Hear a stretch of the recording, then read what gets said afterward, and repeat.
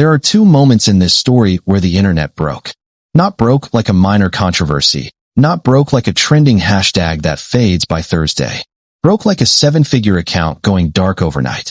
Broke like a comment section filling up so fast the platform started throttling it. Broke like a name that went from completely unknown to the thing everybody was screenshotting and texting to their friends at 11 o'clock on a Wednesday night. The first time it broke, it was because of Jess.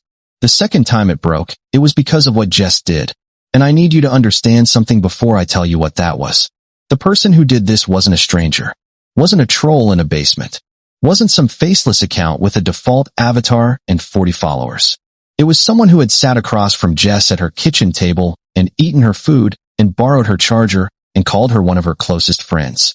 Someone Jess had, in a moment of real vulnerability, trusted with the one thing that turned out to be worth everything. The beginning of something that was about to become very, very big. This is a story about what happens when you let the wrong person get close to something you're still building. And about what happens when you stop being afraid to find out the truth. Jess didn't grow up thinking she was going to be anybody's favorite anything. She was quiet in the specific way that people misread as unambitious, the kind of quiet that's actually just very busy on the inside. She grew up in a mid-sized city in Ohio, the kind of place where the people who leave feel guilty about it, and the people who stay feel vaguely resentful of the ones who don't. She left. She moved to Atlanta at 24 with a graphic design background, a decent laptop, and the private, half-embarrassed hope that she could build something of her own. The thing she built, at least at first, was small. A lifestyle account, but not the aspirational kind where everything is marble countertops and sponsored matcha. Hers was real people, real life. Thrift store finds and apartment cooking, and the kind of brutally honest posts about financial stress and creative burnout that the algorithm doesn't always love, but actual humans do. She built it slowly, the right way, and by the time she was 27, she had a following that was real, if modest. Around 80,000 people. Not viral, but loyal. The kind of audience that actually reads the captions, actually replies to questions, actually remembers who you are between posts. Then came October of the year she turned 28. In a video, she almost didn't post. It was a 22-second clip. Not planned. Not scripted.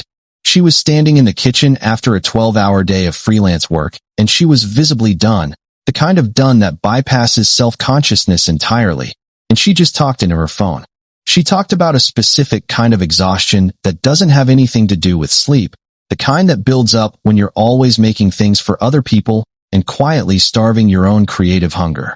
She said one line in the middle of it, almost offhand, that she later couldn't even precisely remember saying, a line about building a table for everyone else to eat at while you stand outside and wonder if you're allowed to come in. The video hit 2 million views in 48 hours. Then 7 million. Then it got picked up by 3 major media accounts, and the clip started circulating outside the platform entirely. Her follower count went from 80,000 to just over 900,000 in 11 days. Brand emails hit her inbox so fast her phone started overheating from the notifications. A podcast wanted her on as a guest. A magazine wanted to feature her. There was talk, real talk, of a book proposal. Jess has described that 11-day period as the most surreal experience of her life, and not entirely in a good way.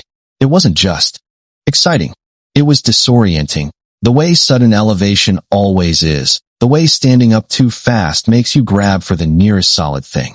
The nearest solid thing, for Jess, was her inner circle. Her people. The small, close group of friends she had built over the 4 years she'd been in Atlanta. Her closest friend in that group was a woman named Priya. They'd met through a mutual contact at a creative networking event 2 years earlier and immediately recognized in each other the specific frequency of someone who was still figuring it out, but taking it seriously. Priya was building her own thing too, a food content account that was growing steadily, and they developed the kind of friendship that creative people build when they're navigating the same ambitions at the same time. They talked almost every day. They shared drafts. They celebrated each other's wins, or so Jess believed. Priya was the first person Jess called after the video started going. The first person she texted the follower count updates to. The first person she met for dinner to process the overwhelming, giddy, terrifying reality of suddenly being seen by millions of people who hadn't known she existed 2 weeks prior. Priya hugged her at that dinner, told her she deserved it, told her this was only the beginning. 2 months later, Jess's account started getting flagged. At first it was one post. Community guidelines, the notification said, without much specificity. She appealed it, and it was reinstated within a few days. She assumed it was an automated system error, the kind of thing that happens to creators at scale because the moderation tools were never really designed for nuance. She'd heard other people talk about it. She didn't think much of it. Then it happened to a second post. Then a third. Then her account itself received a formal review notice, and the language in the notice was no longer automated system language. It referenced multiple reports from multiple accounts flagging her content as violating policies around misinformation and harmful content. Misinformation. On a lifestyle account. On a video about emotional exhaustion and kitchen cooking and thrift store furniture. The appeals process for this kind of thing is, to put it generously, not designed for the person being reviewed. You submit an appeal, and then you wait.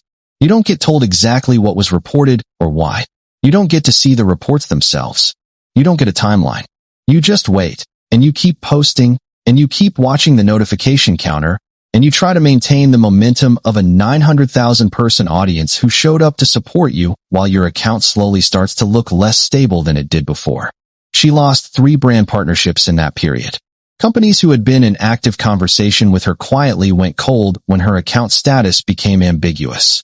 One told her directly that they needed to pause things until her platform situation was resolved. The phrase platform situation sat in her chest like a stone. She started asking around.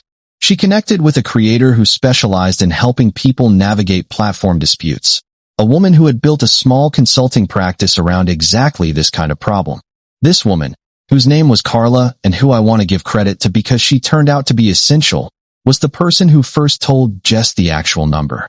47 reports.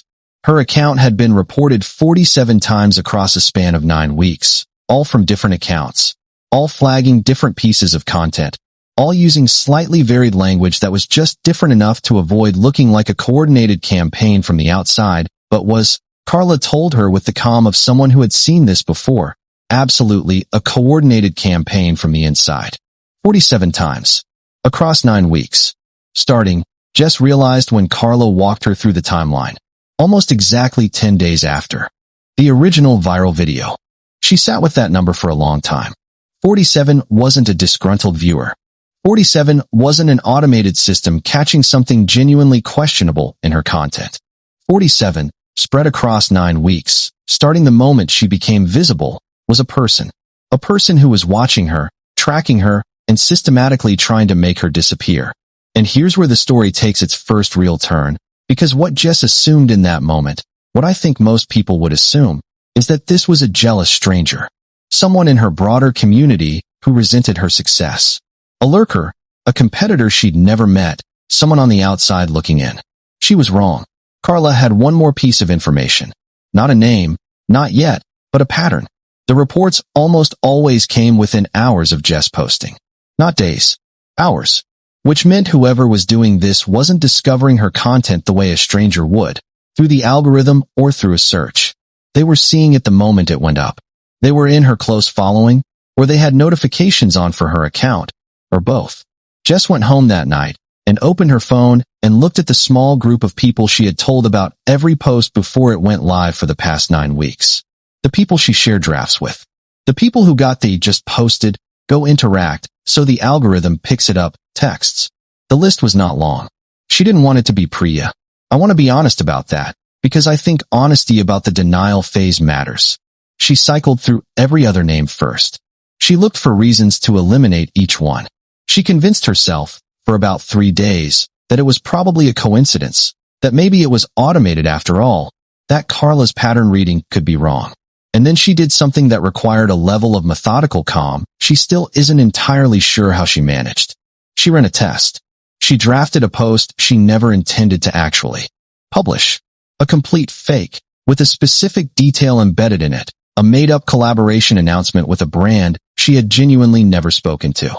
She sent the draft to 4 people individually, each with a slightly different detail, a different brand name, a different date, a different project description, each variation unique enough to identify the recipient if any of it surfaced. It's an old technique. Journalists use it. Intelligence communities use it. Jess, who had never heard the technical term for it, reinvented it in her Atlanta apartment out of pure desperate necessity. She sent Priya's version on a Tuesday afternoon. On Thursday morning, she got a new report notification on her account. This one was different from the previous ones. Instead of flagging existing content, it flagged the account itself as promoting undisclosed advertising partnerships, specifically referencing the brand collaboration she had invented for Priya's version of the fake draft. A brand that didn't exist in any other version. A brand that existed in exactly one place. The fake post she had sent to Priya, and only Priya. She sat on her bathroom floor for 45 minutes. Not because she was surprised, exactly, because some part of her had already started to know, but because knowing and having proof are two completely different experiences, and having proof made it real in a way that knowing never quite does. When she got up, she wasn't crying anymore. She was thinking. Here's what she knew at that point. She knew Priya had been filing reports against her account for at least 9 weeks. She knew it had started the moment Jess went viral, 10 days after that video posted. She knew it had cost her 3 brand partnerships and 2 months of compounding anxiety and a level of platform instability that had made it harder to capitalize on the momentum that was supposed to be the beginning of everything. What she didn't know yet was why, and what she couldn't have known yet was why. And what she couldn't have known yet was that the why, when she eventually found it, was going to rewrite the entire story in a way that made the reporting almost look like the least interesting part. She didn't confront Priya. Not yet. She'd learned something from the previous months, something she hadn't consciously articulated until later, but that had clearly calcified somewhere in her decision-making. That confronting someone before you understand the full shape of what they've done means you only ever get the version of events they're willing to give you. She wanted the truth before she gave Priya the chance to construct an alternative one. So she kept meeting Priya for dinners, kept texting her daily updates, kept performing the friendship they had always had, which she later said was simultaneously the hardest and most clarifying thing she'd ever done. Because when you're watching someone closely while pretending not to watch them, you see things you were too comfortable to notice before. The way Priya's questions about Jess's brand deals were slightly too specific to be casual. The way she always seemed to know slightly more about Jess's numbers than Jess had explicitly shared. The way she had opinions about what Jess should and shouldn't post that had always sounded like friendly input and now sounded like something else. 2 weeks into this period, the second twist landed. Jess's friend group had a group chat, the normal kind that most friend groups have, where things get shared and screenshots get sent and collective opinions get formed about whatever's happening in their corner of the internet. Someone in the group shared a link to a newer creator who had recently gone somewhat viral herself, a food and lifestyle account that had picked up around 150,000 followers in the past 3 months. Jess clicked the link the way you click any link in a group chat, without particular expectation. She looked at the account for about 30 seconds before her brain started doing the thing where it tries to reconcile 2 contradictory facts at once. Because the account looked familiar in a way that went beyond aesthetic similarity. The framing of certain shots. The specific vocabulary used in captions. The particular approach to addressing the audience, an approach Jess had developed over years and that she had, in detail, discussed with exactly one person while building it. The account didn't belong to Priya. This is where it gets more complicated. The account belonged to a woman named Simone, who Jess had never met or heard of, who appeared to be based in a city 4 hours away. But when Jess looked more closely, and then had Carla look more closely, what they found was a content architecture that was, in multiple specific and non-coincidental ways, a blueprint-level copy of the exact creative direction Jess had outlined to Priya over months of development conversations. Not aesthetic inspiration, which any creator can claim. Not similar vibes. Structural decisions. Specific content series ideas Jess had developed and described in detail to Priya and to no one else. It took another week of careful digging to establish what had happened. Priya and Simone knew each other, had known each other for over a year, were, it turned out, in a loose creative partnership that Jess had never been told about, where Priya provided strategic input and Simone provided the public face and account presence. Jess had been, without her knowledge, helping build a competitor's career through her most private creative conversations. Every strategy session with Priya, every brainstorm, I'm thinking about doing a series on this. What do you think? Had been feeding directly into an account designed to do what Jess was doing, before Jess could fully do it, with Jess's own ideas as the raw material. The reports, Jess now understood, weren't just jealousy. They were tactics. They were designed to slow her down, to keep her platform unstable, to prevent her from capitalizing on the viral moment long enough for Simone's account to gain ground in the same space. It wasn't random sabotage. It was a coordinated, sustained effort to suppress one creator while elevating another using that creator's own creative framework. For approximately 24 hours, Jess did almost nothing. Her friends who knew parts of what was happening described her during this period as extremely quiet in a way that felt more like a weather system building than like stillness. Then she posted. Not a confrontation post. Not a someone wronged me post. What she posted was a 47-minute video. And here is where the internet broke the first time. The video was titled, simply, What I Found Out About My Account Being Reported 47 Times. She walked through the entire thing. Not emotionally, not performatively, not with drama or tears or escalating music under the narration. She was calm and precise, and she showed her work. She walked through the timeline of the reports. She explained the test she had run. She showed the fake brand name, the timing of the subsequent report, and the logical chain that connected them.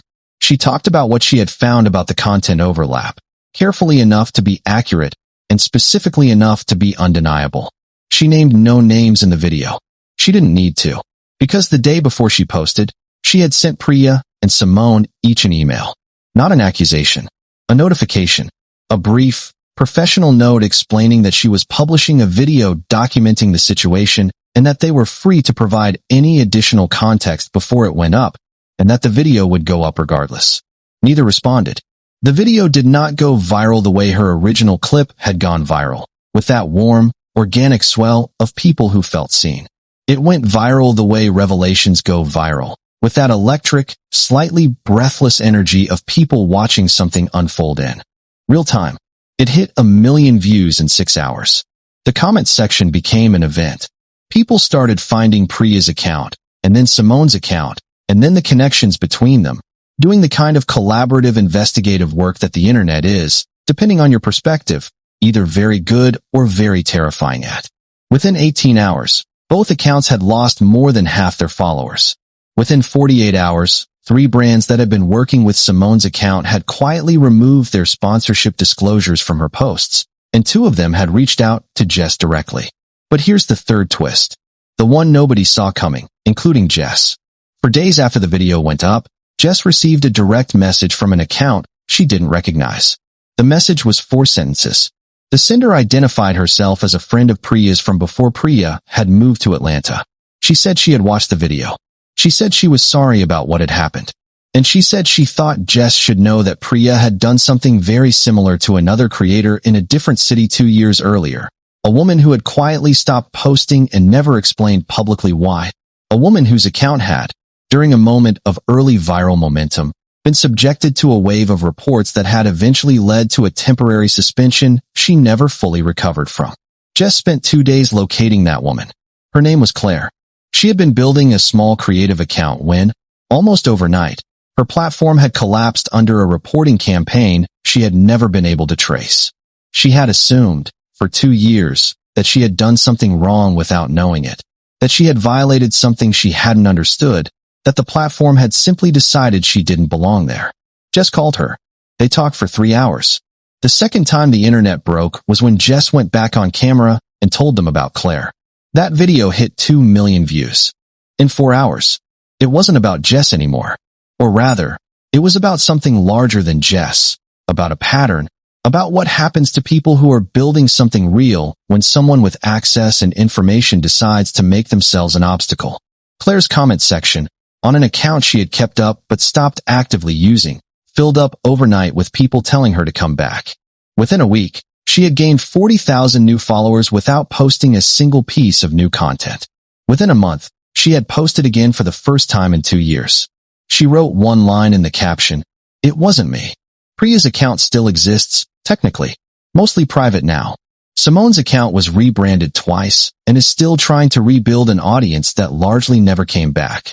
Jess crossed 1 million followers 2 weeks after the second video. The brand partnerships that had gone cold came back with better terms. The podcast that had wanted her as a guest rescheduled and gave her the opening slot. The book conversation, which had stalled during the months her account was under siege, started again. She talks sometimes in her videos now about what that period taught her, and the answer is less dramatic than people expect. She doesn't talk much about Priya. She doesn't perform the anger, because she says the anger was real and private, and she doesn't owe anyone a performance of it. What she talks about instead is the 47 reports, not as a record of what was done to her, but as a reminder of how many times someone tried and how many times she was still there. I think about that number sometimes. 47. The specific patience it takes to do something 47 times. And I think about the fact that every single one of those 47 attempts failed, not because the system worked perfectly, not because everything resolved the way it should have cleanly and quickly, but because Jess kept building. She kept posting. She kept being exactly the person who had made that 22-second video in her kitchen about the particular exhaustion of making things for everyone else's table. She stayed at her own table, even when someone was trying very hard to flip it over. The person who reported her account 47 times across 9 weeks understood Jess's potential better than most people in her life did. Understood it clearly enough to be afraid of it. And in trying to contain it, in trying to suppress it before it could fully become what it was going to become, revealed exactly how real it was. If you are building something and someone in your circle seems too interested in its specific mechanisms, too curious about strategy you haven't published, too available with opinions about what you shouldn't do next, I'm not saying assume the worst. I'm saying pay attention. The people who most want to get close to what you're building aren't always the people who want to see it built. Trust the process. Build quietly when you need to. And document everything. Because sometimes, the evidence you keep without knowing why you're keeping it becomes the exact thing that sets the record straight.